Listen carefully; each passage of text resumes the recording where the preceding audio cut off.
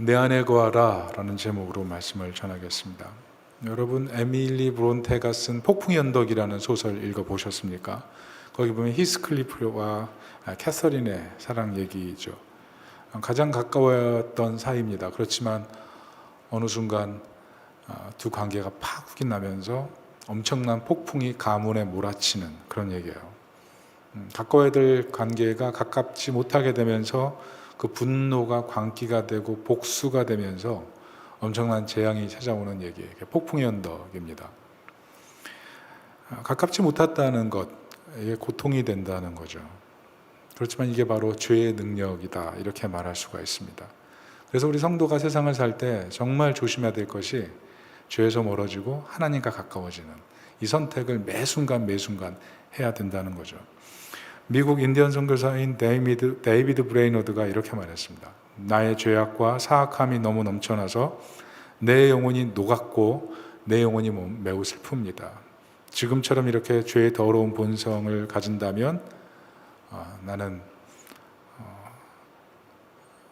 너무 가슴 아파서 더 이상 살 수가 없을 것 같습니다. 이런 고백을 했습니다. 왜 그렇게 말했을까요? 자신이 죄를 엄청나게 많이 지어서 선교사로서 너무 겉과 속이 다르기 때문에 이런 얘기를 한 것이 아니고 영적인 민감성, 하나님과 가까워 있지 못할 만큼 자신이 죄성이 있다는 그 사실 때문에 괴로워했다는 거죠. 결국 이 글을 썼던 이유는 단순합니다. 하나님과 더 가까워지고 싶은 열망. 왜? 하나님과 가까워질 때 회복이 되기 때문에, 평안이 오기 때문에, 사랑을 누릴 수 있기 때문에, 자신의 현실 속에서 버틸 수 있기 때문에, 더 영광스러운 삶을 살 수가 있기 때문에. 하나님과 가까워진다는 건 단순히 추상적인 게 아니에요. 우리 삶의 현실로 내려와서 현실의 틈바구니에서 우리로 하여금 부유하게 사는 법을 가르쳐줘요. 그래서 하나님께 가까이 하는 것, 이게 최고의 복입니다. 오늘 레위기는 하나님께 가까이 가는 이 복을 가르쳐줘요. 그래서 유대인들은 자녀를 교육할 때 성경을 펼칠 때 첫 번째로 가르치는 성경이 이 레위기예요. 왜냐하면 하나님께 가까이 가는 것, 그게 예배이기 때문에 그렇습니다. 예배. 레위기를 읽어보신 분들은 알겠지만 목적은 아주 단순합니다. 죄를 해결하는 거예요. 죄를 해결할 때 하나님과 사람이 가까워지기 때문에 그렇습니다. 그래서 번제, 소제, 그리고 화목제, 속건제, 속죄제, 이 5가지 이 제사를 드리죠. 뿐만 아니라 율법 수행을 또 이렇게 피력해놨습니다. 단순합니다. 하나님과 사람 사이에 막힌 담을 헐어야 된다는 것이고, 사람과 사람 사이에 막힌 담을 헐 때 그 공동체에 거룩이 임한다는 거예요. 하나님과 가까이 하는 것, 그 예배고 거룩이 우리 안에 생성되고 우리 삶이 지금보다 더 풍성한 길로 나가게 된다는 거죠. 이게 레위기의 큰 관점이에요. 이 레위기의 관점으로, 그래서 이 레위기의 마지막에 있는 11조 본문, 오늘 본문이 11조인데 이 11조 본문을 풀어야 된다는 것입니다. 우리가 성경을 해석할 때 굉장히 중요한 게 있어요. 해석학적으로 볼 때 위치라는 단어가 굉장히 중요합니다. 위치. 해석자가 어떤 위치에 있느냐, 그리고 본문이 나에게 어떤 위치에 있느냐, 그리고 본문 자체가 전체 문장에서 어디에 위치해 있느냐, 이게 굉장히 중요해요. 성경을 해석할 때 내가 굉장히 침울해 있어요. 그러면 성경을 해석할 때 그 관점이 달라집니다. 굉장히 행복하고 즐거워요. 그러면 성경을 해석할 때 그 관점이 또 달라져요. 본문도 그렇습니다. 본문이 내 삶을 이끌어가는 어떤 주도적인 위치라고 하면 그 본문을 우러러 보게 돼 있어요. 그러나 말씀을 읽어도 전혀 마음에 와닿지 않으면 그 본문이 내 삶의 저 밑에 있는 거죠. 본문을 내가 어디에 두느냐에 따라서 내 삶의 신앙생활의 태도가 달라집니다. 그리고 마지막 본문의 위치죠. 본문이 어디 위치에 있느냐, 문맥의 중심이냐, 문맥의 마지막이냐, 문맥의 맨 앞이냐, 이런 것에 따라서 해석의 방향이 달라진다는 거죠. 특별히 오늘 이 11조라는 이 11조를 다루는 이 본문은 레위기의 맨 끝에 있습니다. 그런 것을 살펴볼 때 가장 중요한 얘기가 맨 처음에 나오고, 그리고 마지막으로 정말 하고 싶은 말이 맨 마지막에 나오는데, 그렇게 볼 때 이 11조라는 것은 레위기에 있어서 결코 작은 포션을 갖고 있지 않다, 우리가 이렇게 봐야 된다는 거죠. 또 하나는 이 본문이 정신없이 출애굽한 이스라엘 백성들에게 주어진 말씀이었다는 것, 그리고 이 본문이 40년 동안 광야 생활을 하고 결국 멸망한 이스라엘 백성들에게 주어진 본문이라는 거. 그리고 출애굽 40년 광야 생활을 하고 그 밑에서 부모 세대가 죽고 이 자녀 세대들이 그 말씀을 붙들고 마지막으로 가나안 입성하게 되는 말씀. 이게 오늘 11조 본문입니다. 그런 것을 볼 때 이 11조라는 것은 단순히 내야 된다, 말아야 된다 이런 차원보다 더 깊은 차원이 있는 거예요. 그게 무엇이냐면 하나님과 가까워지는 길이고 진정한 예배를 회복해야 된다는 것이고 성도를 가장 행복하게 하기 위해서 이 본문이 주어졌다는 것, 그 관점에서 우리가 11조를 살펴보아야 된다는 것입니다. 오늘 특별히 11조에 대해서 세 가지 의미를 전달하려고 해요. 첫째는 사람이 하나님의 것이라는 관점, 두 번째는 하나님의 살아계심을 보려고 하는 믿음의 표지로서의 관점, 그리고 세 번째로는 하나님을 축소하지 말고 사랑하라는 관점, 이 세 가지 관점으로 말씀을 전하겠습니다. 첫 번째 11조의 의미는 사람은 하나님의 것이다 이런 뜻입니다. 이것은 5대 제사와 그 방향이 다르지가 않습니다. 왜냐하면 속죄 제물을 통해서 우리가 어떻게 돼요? 하나님 자녀로 거듭나거든요. 예배는 예물이 하나님의 것이지만 사실은 예물을 들고 온 그 사람이 하나님의 것이라는 얘기를 하는 거예요. 우리는 레위기를 바라보면서 그 제물에 관심을 많이 가지지만 사실은 하나님 백성을 회복하기 위한 과정이 예배거든요. 그래서 예물이 하나님의 것이지만 사실은 그 예물로 예배하기 전에 그 사람이 정말 하나님이 사랑하는 백성이라는 사실, 그것을 기억해야 된다는 거예요.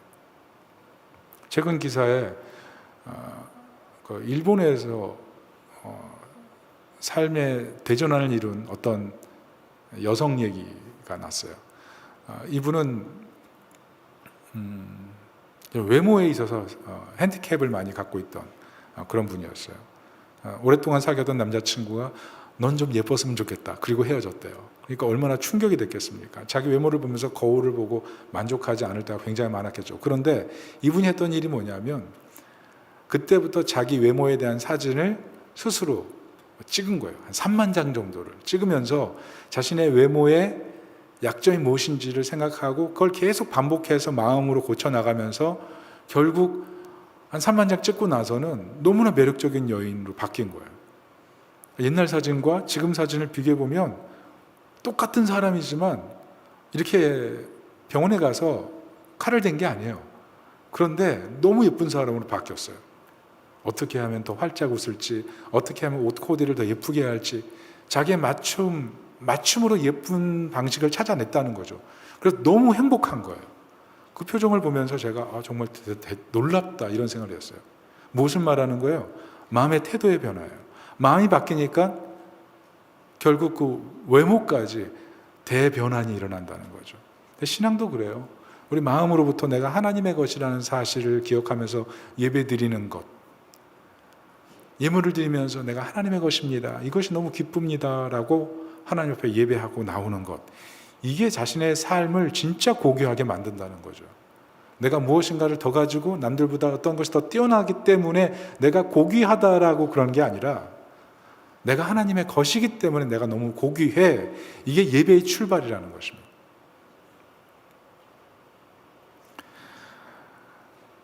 최근 개척하신 어떤 지방에 계신 목사님이 저한테 글을 하나 올렸어요. 기도해달라고. 근데 얘기 들어보니까 좀 힘들겠더라고요.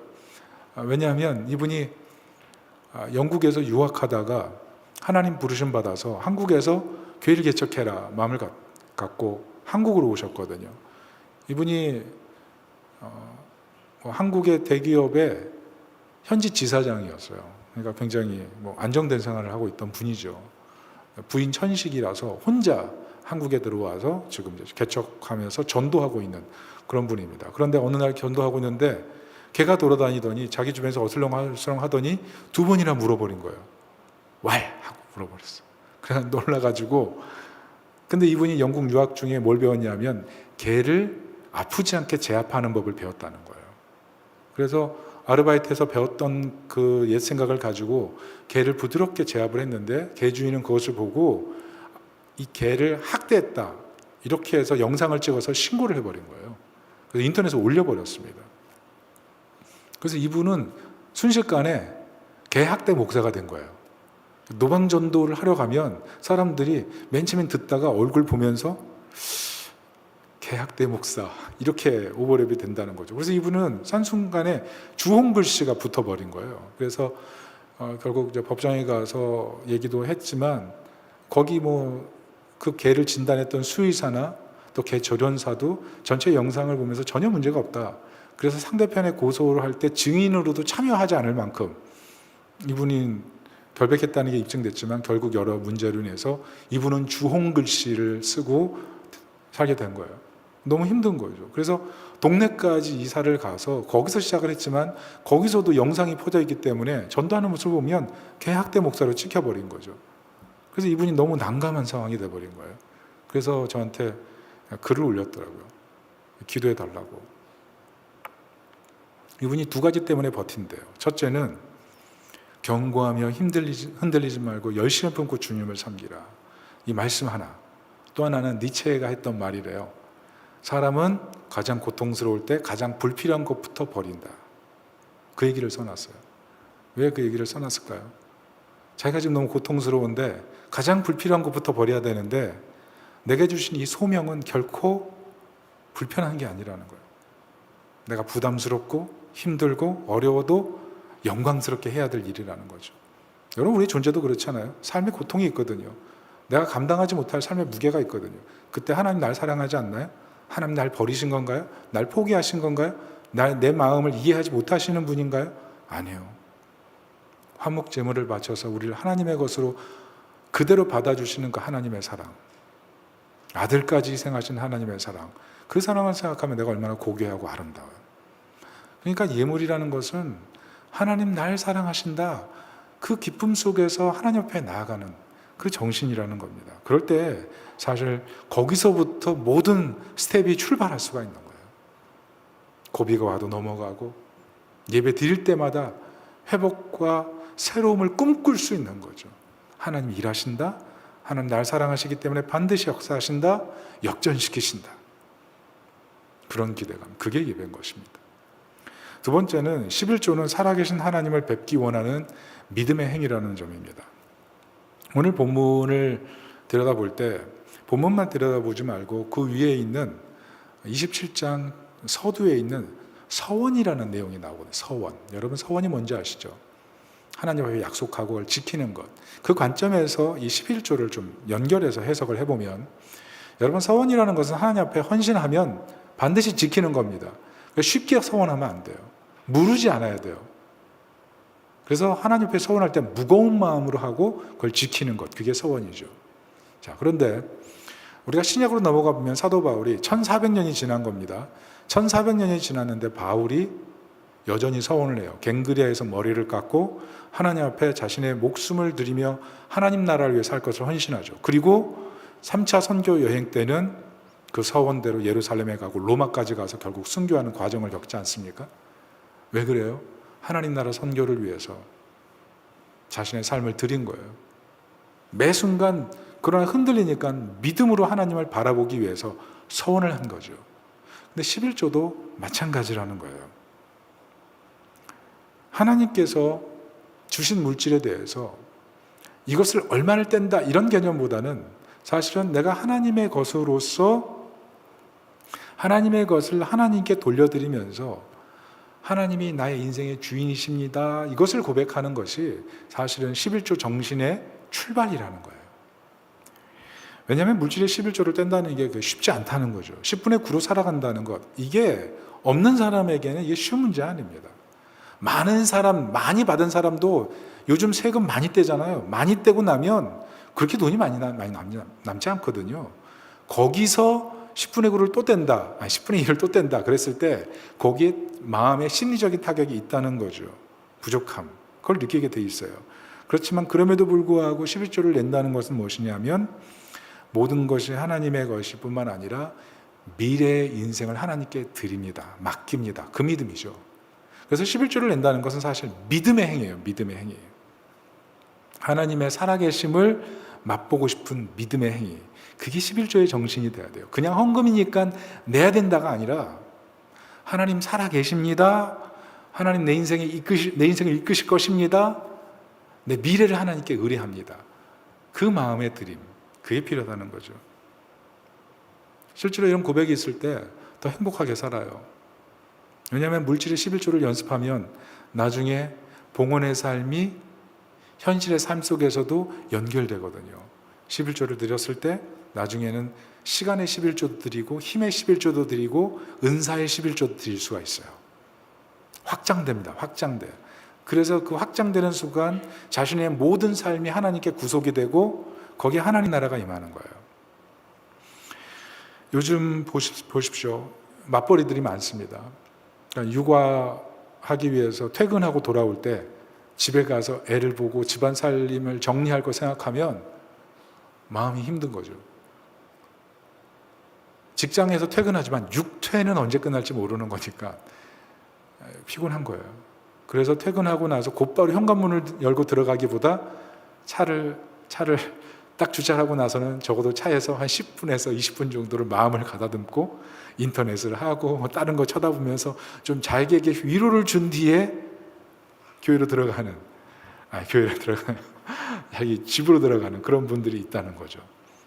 어떤 집사님에게 제가 물어봤어요. 집사님 은사가 뭐예요? 그랬더니 그분이 그러더라고요. 자기에게는 사랑의 은사만 있는 것 같대요. 그런데 그 은사가 제한적이라서 자기 아내만을 향한 사랑의 은사가 있대요. 그랬더니 옆에서 듣던 분이 그러더라고요. 남의 가정을 시험 들게 하지 마십시오.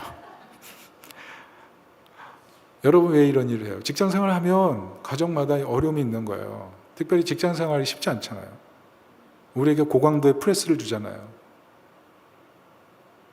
뭔가 성과를 내야 되잖아요.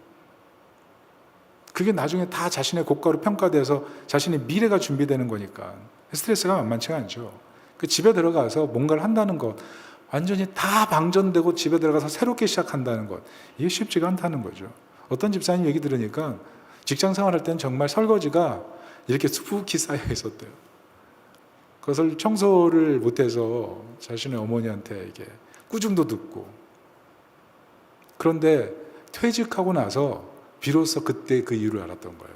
퇴직하고 나서 어느 순간 자신이 설거지를 하고 있는데 별 문제가 없이 잘하고 있더라는 거죠.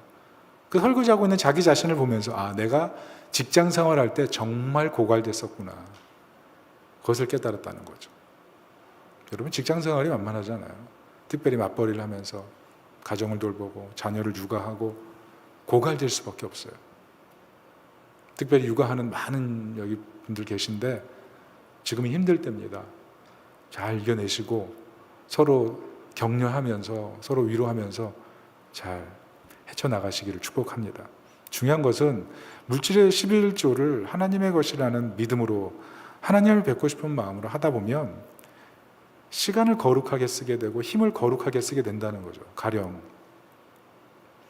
가정에 들어가서 우리가 시간의 11조를 쓴다면 어떻게 될까요? 집에 들어가서 쓸 시간의 11조를 미리 준비하는 거죠. 마음으로. 그래서 가정에 들어가서 시간의 11조를 거룩하게 드리게 되면 가정에 평화가 임합니다. 힘도 마찬가지예요. 직장에서 다 쏟아버리고 집에 들어가서 새롭게 시작할 수가 누가 그걸 해요. 그러니까 아예 시간의 11조뿐만 아니라 힘의 11조까지 하나님 앞에 드리는 마음으로 집에 들어가서 쓸 시간의 11조를 저장하라는 거죠.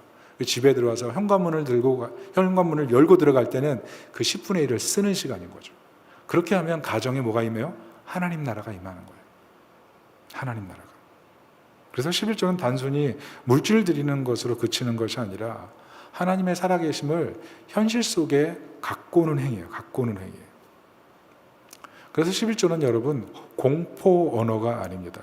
이거 안 하면 진짜 망해. 이거 안 하면 결혼도 못해. 이거 안 하면 평생 가난해. 11조는 그런 공포 언어가 아니에요. 그리고 11조는 사행성 언어도 아니에요. 이거 안 하면 이거 하면 무조건 복 받는다. 이거 하면 무조건 부자 된다. 이거 하면 무조건 입신양명한다. 그렇지 않아요. 왜냐하면 삶과 죽음, 고통은 늘 다가오거든요. 전 세계 통계적으로 1초에 사람이 2명씩 죽어요. 사고나 질병이나 스스로나 기근이나 전쟁이나 여러 가지 추합하면 1초에 2명씩 죽는 거예요. 고난은요, 언제 자신 앞에서 복병처럼 나타날지 모르는 거예요. 물론 말라기에 보면 하나님께서 쌓아놓을 곳이 없도록 내가 축복하지 않나 보라, 이렇게 하나님께서 시험하실 만큼 하나님께서 말씀하신 것이 있습니다. 그러나 성경을 보면 하나님께서 고난을 욥에게 허락하셨고, 그리고 예배를 잘 드렸던 아벨 같은 경우에 자신의 형에게 끔찍하게 죽임을 당하죠. 그런 것을 봤을 때 우리가 무조건 고난에 예외되어 있다, 이 11조를 통해서 나는 고난에 예외된 사람이다, 이렇게 받아들이기에는 어렵다는 거죠. 분명히 복이지만. 실제로 보십시오. 만약 11조를 하면서 공포로 11조를 한다고 합시다. 그리고 이거 하나만 나 복 못 받아, 나 불행해, 그리고 또 어떤 사람은 이거 해야 잘 돼, 이런 기복적인 마음으로 헌금을 하게 되면 어떻게 될까요? 망하지 않기 위해서 하거나 무조건 복을 받기 위해서 하게 되겠죠. 결과 어떻게 됩니까? 율법주의에 빠지게 돼요. 왜? 내가 원하는 대로 결과가 오지 않을 수가 있거든요. 내가 왜 해야 되지, 이렇게 생각해요. 왜 그러죠? 처음부터 헌금을 할 때 자기 연민으로 시작한 거예요. 자기 연민으로. 그리고 나중엔 더 큰 연민에 빠지게 되는 거죠. 결국 나는 안 되는구나, 나만 안 되는구나, 이렇게 생각하게 된다는 거죠. 반대로 11조를 했으니까 난 잘 될 거야 라고 생각하면서 계속 그런 마음으로 했다고 합시다. 그건 뭐예요? 하나님께 드린 거예요? 아니면 자기 욕망을 위해 드린 거예요? 그것은 하나님께 가까이 가는 것이 아니라 결국 자기 욕망을 향해 가게 되어 있어요. 하나님의 뜻을 실현한다고 하면서 나중에는 자기 욕망을 채우는 방식으로 섬기게 되는 거죠. 좀 더 깊이 이해를 시키기 위해서 회개에 대해서 얘기를 볼게요. 여러분, 회개도 진정한 회개가 되지 못하는 경우가 있습니다. 가령 누군가 천국 가고자 회개할 수 있어요. 의미가 있죠. 그런데 자신이 지은 죄에 대한 통회와 애통이 없어요. 그리고 그냥 행복하기 위해서 회개했다면 그 회개는 누구를 위한 회개인가요? 어떤 분이 지옥에 가고 싶지 않아서 회개했어요. 의미가 있죠. 그런데 지금까지 행복이라고, 자기가 세상적으로 행복이라고 생각했던 것을 전혀 버릴 생각이 없어요.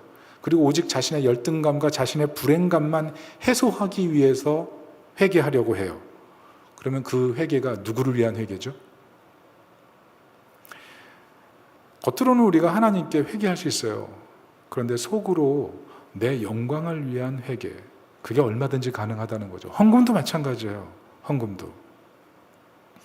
최근에 제가 1cm라는 그런 에세이를 읽고 있어요. 거기 보니까 작가가 그래요. 자기 친구들을 보니까 어린아이를 어릴 때부터 싫어했다는 거예요. 그런데 어느 순간 보니까 직업이 교사예요. 사람은 죽어야 돼, 죽는 게 나아, 이렇게 말했던 친구인데 보니까 의사가 돼 있어요. 그리고 어릴 때부터 겁쟁이였거든요. 그런데 오늘 보니까 군인이 돼 있어요.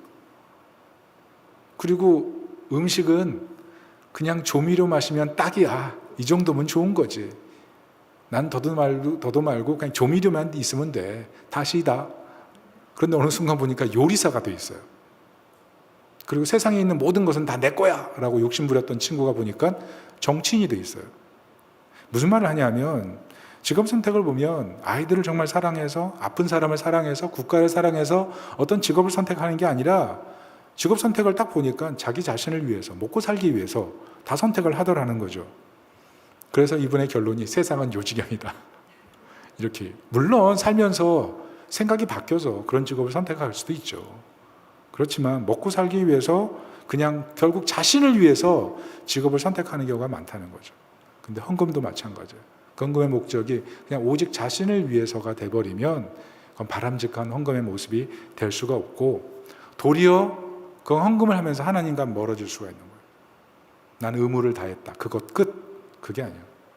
정말 헌금의 마음, 하나님께 가까이 가는 마음 내면서, 하나님, 내 미래를 하나님께 의탁합니다, 내 삶 전체를 하나님께 의뢰합니다.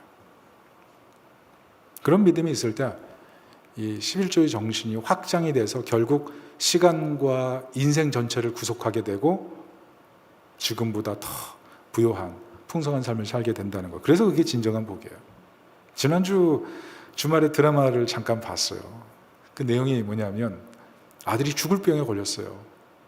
아들이 죽을 병에 걸려서 온 가족이 엄마만 모르게 하고 쉬쉬하고 있는 거예요.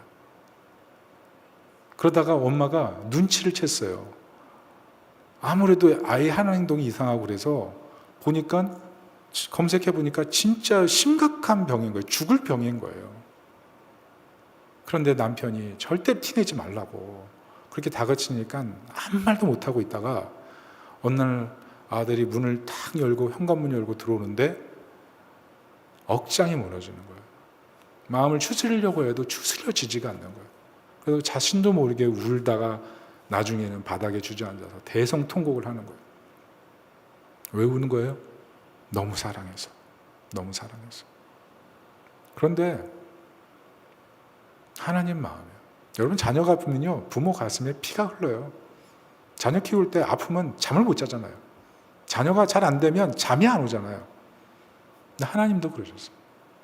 너무 사랑해서 낳았는데 너무 아프니까 회복시키기 위해서 아들을 희생한 거잖아요. 헌금이라는 것은 무엇이냐면 이 사랑을 가지신 하나님의 그 살아계심, 이 사랑으로 우리를 베푸시는 그 하나님의 살아계심, 그 살아계심을 현실에서 맛보기 위해서 그 믿음으로 드리는 거예요. 그게 헌금의 정신이에요. 그래서 여러분 그냥 헌금은 단순히 음으로만 낼 것이 아니라 기도의 마음이 필요해요. 하나님 내가 예배드리고 있습니다. 그러나 예배 속에서 매너리즘에 빠져서 형식적으로만 예배드리고 있습니다. 하나님 예배드리고 있는데 삶에서는 하나님의 능력으로 살지 못하고 있는 연약한 신앙입니다. 하나님 내가 하나님 앞에 예배드리고 있지만 삶의 현실에서는 기도도 없고 믿음도 없고 말씀의 능력도 나타나지 않아서 몸이 건조한 신앙생활을 하고 있습니다. 하나님 나를 불쌍히 여겨주시고 하나님의 살아계심을 드러내는 믿음이 되게 도와주십시오. 내가 그 믿음으로 세상을 살기를 원합니다. 그럼 거룩한 도전의 믿음, 그게 사실 헌금의 마음이 되어야 된다는 것입니다. 이런 마음이 있기를 축복합니다. 마지막 세 번째는 11조는 성도의 행복을 위한 것이라는 것입니다. 신명기 10장 12절부터 13절 한번 읽어볼까요? 같이 읽어봅니다. 시작. 이스라엘아 내 하나님 여호와께서 내게 요구하시는 것이 무엇이냐? 곧 내 하나님 여호와를 경외하여 그의 모든 도를 행하고 그를 사랑하며 마음을 다하고 뜻을 다하여 내 하나님 여호와를 섬기고 내가 오늘 내 행복을 위하여 내게 명하는 여호와의 명령과 규례를 지킬 것이 아니냐. 자, 하나님께서 우리에게 뭘 원하세요? 행복을 원하세요. 행복. 근데 그 행복을 위해서 뭘 해야 돼요? 세속적으로 잘 나가고 세속적으로 잘 되는 게 이게 복이 아니라는 거예요. 진짜 복이 뭐예요? 하나님 뜻을 사랑하고 하나님을 정말 마음 다해 가까이 다가가는 것. 그게 진짜 신앙의 행복이라는 거죠. 여러분 세상은 뭐예요? 100을 가졌어요? 그런데 1000을 가진 사람을 부러워하는 거예요. 100을 가졌어요? 10,000을 가진 사람하고 비교하는 거예요. 그러니까 늘 어때요? 마음이 슬퍼요. 마음이 평안하지가 않아요. 그 비교가 자신을 막 갈기갈기 찢어놔요. 자신의 자아상을 붕괴시켜버려요. 그래서 하나님께서 하신 일이 뭡니까? 여러분 만약 대풍요가 인생의 큰 복이면 이스라엘 백성들을 출애굽시킬 필요가 없이 고난만 싹 제거하면 돼요. 그런데 하나님께서 이스라엘이 고통당할 때 그들의 고난만 싹 제거하셔서 이 애굽에 있는 나일 삼각지대에 있는 그 대풍요를 경험하게 하지 않으시고 광야로 싹 다 옮겨버리셨어요. 왜요? 하나님과 동행이 인생 최고의 복임을 가르쳐 주기를 원하셨어요. 하나님과의 동행. 오늘 본문의 위치를 보세요. 이상하지 않아요? 레위기에는요, 레위기 이 말씀은 그 받은 위치가 어디냐면 광야예요, 광야. 아무것도 없는 광야라고요. 아무것도 없는 광야에서 하나님이 이 말씀을 주셨어요. 풍요로운 가나안이 아니라 헐레벌떡 출애굽한 그 사람들에게 이 말씀을 주셨다는 거죠. 하나님께 가까이 하는 것, 그게 진짜 복이라는 거예요. 많은 것을 들여서 위대한 인물이 되는 것이 그게 진정한 복이 아니라는 거예요. 물론 하나님께서 그 일을 맡기셔서 그렇게 풍성하게 쓰임받을 수 있습니다. 그렇지만 하나님께서 원하시는 것은 그 사람의 높이, 지위, 크고 많음 이게 아니고 어떤 자리에 있든지 하나님과 가까이 함, 거기서부터 출발하라는 거예요. 그래서 하나님께서 이스라엘 백성들에게 재물을 낼 때 가장 가난한 사람들에게도 재물을 요구하셨어요. 산 비둘기, 집 비둘기. 비둘기가 어떻습니까? 모이만 주면 나오잖아요. 모이만 주면. 다 모이잖아요. 얼마나 잡는 게 쉬워요. 그게 값이 나가겠습니까? 왜 그 말씀을 하셨을까요? 가장 가난한 사람들에게 가장 필요한 존재, 하나님이라는 거예요. 하나님과 가까이 할 때 부요하게 되고 풍성하게 되고 현실을 긍정적으로 생각하게 되고 하나님을 가까이 할 때 사랑하게 되고 용서하게 되고 하나님을 가까이 할 때 상대방의 단점만 보였는데 장점이 보이기 시작하는 거죠. 자신의 배우자를 보는데 장점만 보이기 시작해요. 얼마나 그게 행복해요. 여러분, 안식일, 안식년, 희년, 그것도 마찬가지 맥락이에요. 안식일이 뭐예요? 가진 사람의 입장에서 노동자에게 쉴 수밖에 없는 이유를 제공하는 것, 그게 안식이래요. 안식년은 뭐예요? 가진 사람의 입장에서 7년째 땅을 놀리는 거예요. 그런데 가지지 않은 사람의 입장에서는 7년째 땅을 놀리고 있는데 그 땅에서는 소출이 나는 거죠. 그 씨앗들이 있으니까 자연산 소출이 나는 거예요. 거기서 가지지 않은 사람들은 그걸 소출해서 기본적으로 그 부자들이 7년 땅을 놀릴 때 기본적으로 자기 자산을 확보하고 건강하게 살아갈 수 있는 미래를 주는 행동이에요. 희년은 뭡니까? 사회 속에 있는 불합리함, 빚짐, 아픔, 이것을 탕감하는 거예요. 그래서 경쟁사회가 아니라 궁율사회로 사회 전체를 시스테믹하게 확 바꿔버리는 거예요. 이게 하나님 하신 일이죠. 무슨 뜻입니까? 가진 사람에게는 욕망을 절제하고 없는 사람에게는 미래를 꿈꾸게 만드는 거예요. 미래를 꿈꾸게 만드는 거예요. 무슨 말입니까? 하나님을 가까이 할 때 공동체가 행복하다는 거예요. 하나님을 가까이 할 때 회복된다는 거예요. 하나님을 가까이 함. 11조도 그런 거예요. 10분의 9 불편하죠. 그렇지만 10분의 9를 가지고 살기 위해서 하나님을 더 의지하게 되면서 행복을 느끼죠. 그리고 그 물질을 하나님께 드리면서 하나님께 주신 것이기 때문에 의미 있게 사용하게 돼요. 그리고 어떻게 하면 내가 세상에 하나님 백성으로 부름받았기 때문에 의미 있게 살 것인가를 더 생각해야 되죠. 그리고 10분의 1을 받은 성전은 그 예물을 잘 관리해서 하나님 나라 운동을 하게끔 하나님 만드신 거 아니에요? 그렇게 볼 때 하나님께 가까이 하는 것, 그게 최고의 복임을 알려주는 것, 그게 11조의 정신인 거예요.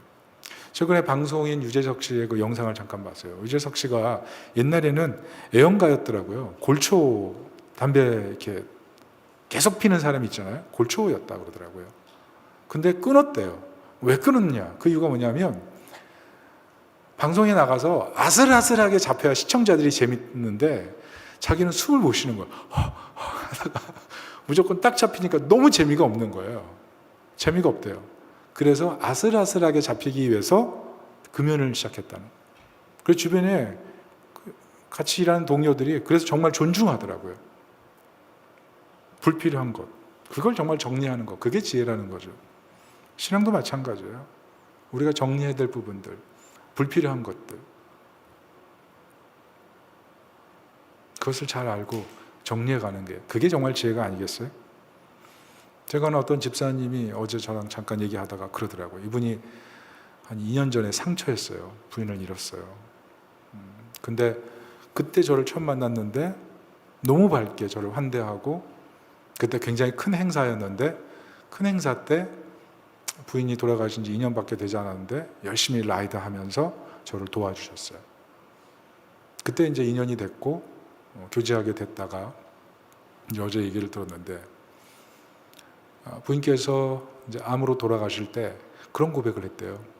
자신은 예수 믿고 20년 동안 살았는데 그 20년이 자신의 인생에서 가장 행복한 시간이었다. 그 전에 예수 믿지 않던 27년의 시간은 비교도 할 수 없고 그건 암흑이었다는 거예요. 그런데 예수 믿고 나서 너무 행복해서 20년 동안 예수 위해서 모든 것을 했기 때문에 자기는 미련이 없다고, 그러면서 하나님 나라 갔다는 거예요. 그 얘기를 들으면서 참 믿음으로 사는 게 정말 아름다운 거구나. 다시 한번 이렇게 제가 마음에 도전을 받게 됐어요. 예수 믿는 게 진짜 행복이구나. 무슨 뜻이에요? 하나님께 가까이 하는 삶, 그 삶에 진짜 행복이 있다는 것. 그러니까 떠나보냈지만 자신의 삶 속에서 예수 믿는 삶을 꿋꿋하게 잘 살아가게 되는 거죠. 그 가족들이 계속 헌신하고 계속 충성하고. 여러분, 레위기에서 11조를 왜 마지막에 두었을까요? 가나안에 들어가서 가장 큰 위협이 될 것이 무엇인가 알려주는 거예요.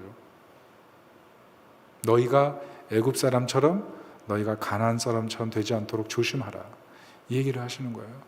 하나님께 가까이 가기 위해서 발버둥, 그게 필요한 거예요. 그래서 레위기 마지막에 딱 넣어두신 거예요. 예물을 드리고 하나님 앞에 하나님의 것이 되고 믿음으로 세상을 살지만 마지막에 너희 발목을 딱 잡을 게 무엇이냐, 그 발목을 잡을 것, 그걸 조심하라. 그래서 오늘 30절 정확히 뭐라고 써 있습니까? 11조는 하나님의 성물, 성물, 이렇게 구분하고 있어요. 여러분, 하나님이 우리 인생의 진정한 복이 되는 걸 믿으십니까? 진정한 복입니까? 그 복이 되기 위해서 우리가 해야 될 일이 무엇인지를 생각해 보세요. 11조는 단순히 헌금을 내라, 물질을 내라, 그 얘기를 하는 게 아니라 세상의 주인이신 그분과 가까워지는 것이 인생의 최고의 행복임을 잊지 말라, 그 얘기를 하고 있는 거예요. 어떤 남편이 있었어요. 근데 어느 날 아내가 찾아와서 충격적인 얘기를 했답니다. 우리 이혼하자, 그런 얘기를 했대요. 그래서 눈이 휘둥그레졌어요. 아니, 무슨 얘기를 하는 거야? 결혼한 지 1년 6개월 정도 됐는데 너무 오붓하게 행복하게 살았다는 거예요. 아내가 이렇게 일자리를 가졌지만 뭐 돈을 많이 벌고 하는 그런 사람은 아니었어요. 한 월급 200만 원 정도 받는데 생활비로 100만 원 떼고 나머지는 다 각자 알아서 사는 걸로 이제 이렇게 정했단 말이죠. 그리고 재밌게 살고 있는데 어느 날 이혼하자 그러니까 너무 당황된 거예요. 눈물을 뚝뚝 흘리면서, 아내가 좀 이게 재정 형편이 좋지 않은 거는, 그 집안이 좀 가난한 건 알았지만 이렇게까지 갑자기 이혼하자고 얘기하니까 너무 힘들었어요. 알고 보니까 지금까지 처갓빚, 자기 어머니 아버지가 진 빚을 이분이 다 처리하고 있었던 거예요. 매달 100만 원씩. 그러니까 1년 6개월 동안 이분은 자기 생활비 자기 뭐 옷도 못 사 입고 머리도 못 하고 그냥 그렇게 1년 6개월을 버텨온 거예요.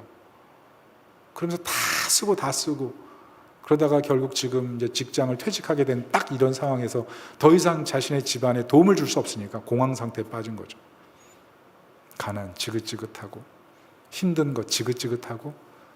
근데 이런 상황을 남편에게 얘기하고 그것을 도움을 달라 그러는 게 너무 부끄러우니까 얘기 안 하고 끙끙 앓다가 그냥 그 부채감에 시달리다가 그냥 이혼하자, 이렇게 얘기가 된 거예요. 그 남편이 뭐라 그랬을까요? 이렇게 얘기했대요. 너는 나를 도대체 어떻게 생각하니? 너는 나를 도대체 어떻게 생각하길래 나에게 그런 말 한마디 하지 않고 너 혼자 그렇게 속을 앓고 있었니? 자신의 아내가 지금까지 그냥 검소하게 사는 줄 알았는데 검소한 게 아니라 버티고 있었던 거죠. 근데 그것 하나도 모르고 그냥 같이 살고 재미있게 그냥 지냈던 자기 자신을 바라볼 때 너무 미안한 거죠.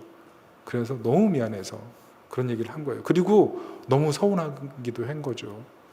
넌 도대체 나를 어떻게 보길래 그 얘기를 하지도 않고 이렇게 힘들어만 하고 있니? 남편이 어떻게 했을까요? 클라이막스가 좋아요. 자기 아내 손 잡고 은행에 가서 돈 다 빚 해결해주고 돌아올 때는 명품 가방 하나 사주고, 그래서 행복하게 잘 끝났다는 뭐 그런 얘기예요. 근데 저는 이거를 잠깐 읽으면서 이게 정말 오늘 시대를 살아가는 현실 부부들의 얘기가 아닌가. 빚 없는 사람 없잖아요.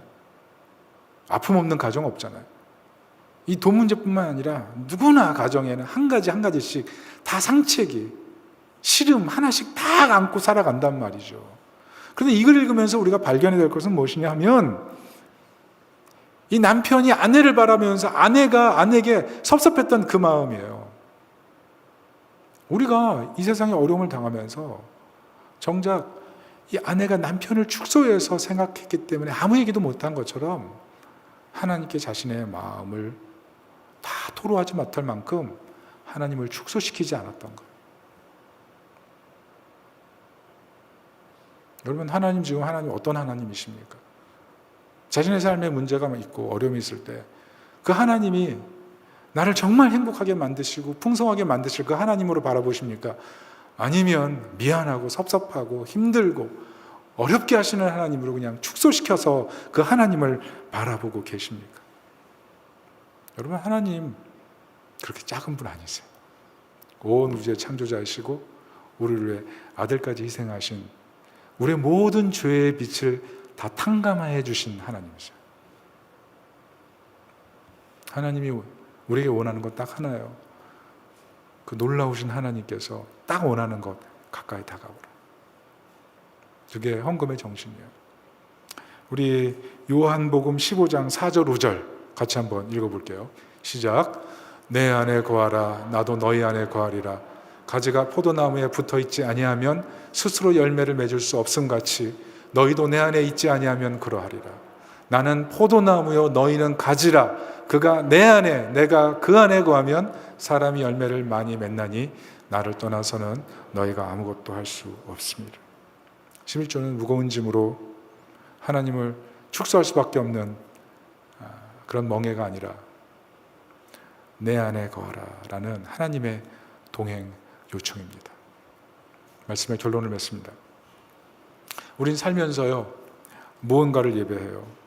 그래서 때로는 신앙이 불필요한 것이 되기도 하고요, 자기 연민과 욕망에 빠지기도 하고요, 하나님을 축소하기도 하죠. 현실을 살면서 내가 가진 100이 풍성한 줄 알았는데 만을 가진 사람 보고 10만을 가진 사람을 보면서 자신의 상태를 너무 비하하고 슬퍼하며 살아갈 수도 있는 거죠. 우리는 그 순간 뭔가를 예배하는 거예요. 여러분, 거친 들판에, 황량한 들판에 막 잡초가 우거졌을 때 그것을 완전히 변화시키는 방법이 뭡니까? 그냥 잡초 다 뽑으면 됩니까? 불로 싹 다 태워버리면 됩니까? 뭐 그냥 땅을 갈아엎으면 잡초가 다 사라집니까? 아니에요. 곡식을 심어야 돼요. 곡식을 심어야 돼요. 좋은 것을 심어야 돼요. 그럼 황금 들판이 돼요. 좋은 것을 심어야 돼요. 좋은 것을. 예배가 뭔지 아세요? 우리 안에 가지지 말아야 될 것들을 제거하는 시간이에요. 미켈란젤로가 4년 동안 다비드상을 조각하고 나서 사람들이 어떻게 만들었냐고 얘기했을 때 그렇게 얘기했대죠. 다비드상으로 보이는 것만 남겨두고 다 없애버렸다. 예배가 그런 거예요. 하나님을 향하여 가까이 하고자 하는 그 마음 외에는 아무것도 남기지 않는 거예요. 하나님의 풍성함을 심는 거예요. 팀 켈러가 어떤 성도님에게 질문을 받았대죠. 11조 해야 되나요? 율법이 완성되었는데 어떻게 하는 게 옳습니까? 이렇게 대답했어요. 예수님께서 우리를 위해 10분의 1만 주셨습니까? 10분의 1만 피를 흘리셨습니까? 10분의 1만 몸을 주셨습니까? 구약시대 10분의 1은 아주 작은 것입니다. 그러나 전체를 요구하신 것입니다. 그런데 예수님께서는 자신의 전체를 드리셨습니다.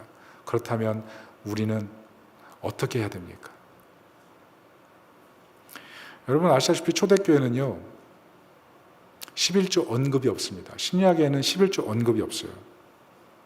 그렇지만 바나바는 자신의 전답을 다 팔아 헌금합니다. 그리고 루디아, 빌레몬, 브리스길라 아굴라 가정 자신의 집을 교회로 오픈합니다. 그리고 많은 초대교회 성도들이 믿음을 지키기 위해서 순교했어요. 자신을 다 드렸어요.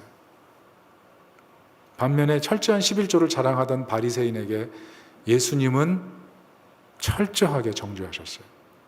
무슨 말이죠? 도리로서 하면 최저 시급처럼 드리게 돼요. 그냥 의무로, 그냥 거칠애로, 형식으로 끝나요. 그래놓고 그것이 자신의 공로가 되죠. 그렇지만 사랑으로 하면 최대 희생이 가능해요. 사랑으로 하는 것. 물질 때문에 예배의 대상을 혼동하지 마십시오. 물질을 구속하세요. 자신이 가진 모든 것으로 하나님을 예배할 수 있는 그런 마음이 돼야 돼요. 우리의 감정, 의지, 생각이 하나님의 뜻 앞에 내려놓고 하나님의 그 풍성하심을 받아들이려고 할 때 우리가 회복되어 가는 거예요. 건강해져 가는 거예요. 11조는 가나안에 있을 때 주신 말씀이 아니에요. 광야에 있을 때 이스라엘에게 주신 지혜라는 것, 이것을 기억하고 하나님의 풍성한 은혜 속에 거하시기를 예수님의 이름으로 축원합니다. 아멘. 우리 모두 일어나서